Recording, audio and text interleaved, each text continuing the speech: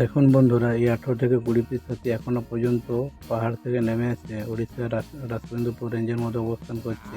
ছোট ছোট বাচ্চাদের নিয়ে চলে আসছে।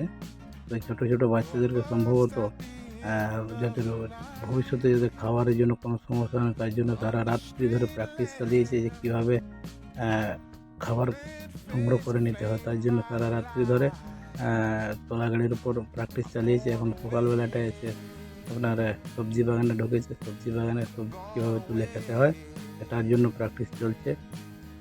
প্র্যাকটিস প্রায় শেষের মাথায়, এখন সকাল হয়ে এসছে। সুন্দরভাবে রাস্তা ধরে জঙ্গল অভিমুখ নিয়েছে যাতে নিরাপদে সারা রাত্রে ধরে খাওয়া দাওয়া হয়েছে, প্র্যাকটিস হয়েছে। এখন সকালবেলা যাতে আরাম করে বিশ্রাম নেওয়া যায়, জঙ্গলের রাস্তা ধরে সুন্দরভাবে গুটি গুটিভাবে জঙ্গলের দিকে প্রবেশ করছে।